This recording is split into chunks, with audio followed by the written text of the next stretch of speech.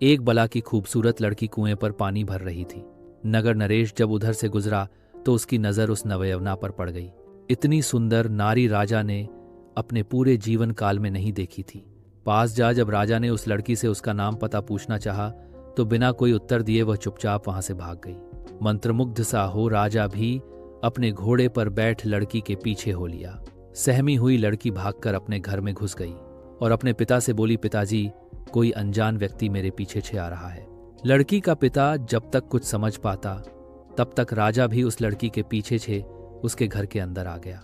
जब लड़की के पिता ने राजा को देखा तो उसने तुरंत राजा को पहचान लिया। व्यक्ति हाथ जोड़कर बोला, महाराज, एक गरीब के घर आपका कैसे आना हुआ? राजा बोला, अगर तुम्हें कोई परेशानी ना हो तो मैं तुम्हारी बेटी के साथ विवाह करना चाहता हूं।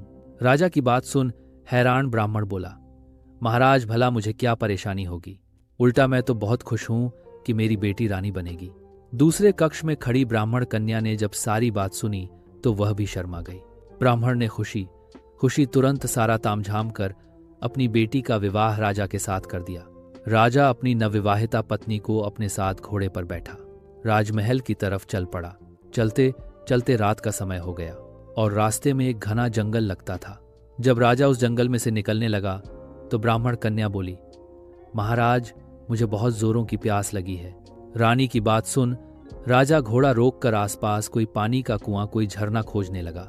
उसी जंगल में एक खूंखार आदमखोर दानव रहता था। जब भी कोई उस जंगल से गुजरता तो दानव को आदम यानी मनुष्य की महक आ जाती थी। भूखे आदमखोर को जब मानव गंध आई तो वह खिल उठा और तेजी से गंध की दिशा में बढ़ने लगा। कुछ ही समय में दानव रानी के पास जा पहुंचा। रानी ने जब अपने सामने एक खूंखार आदमखोर दानव को देखा तो उसकी चीख निकल गई। पानी खोजने गया। राजा रानी की चीख सुनते ही घबरा गया और तुरंत भागकर वापस आया। देखा तो उसकी नवविवाहिता पत्नी एक खूंखार दानव की कैद में है। राजा हाथ जोड़कर रानी को छोड़ने के लिए दानव के सामने मिन्नतें करने लगा। अब दानव तो कई दिनों का भूखा था, इसलिए उस पर राजा की मिन्नतों का कोई असर नहीं हुआ। तब राजा बोला, सुनो राक्षस, मैं इस नगर का राजा हूं।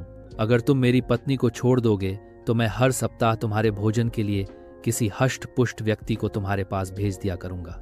यह मेरा वचन है।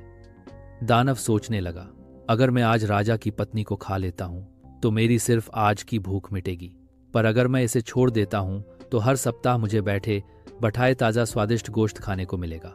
यह विचार कर दानव ने राजा की पत्नी को छोड़ दिया और बोला, तुम्हारे पास 7 दिन का समय है। अगर तुमने अपना वचन नहीं निभाया तो याद रखना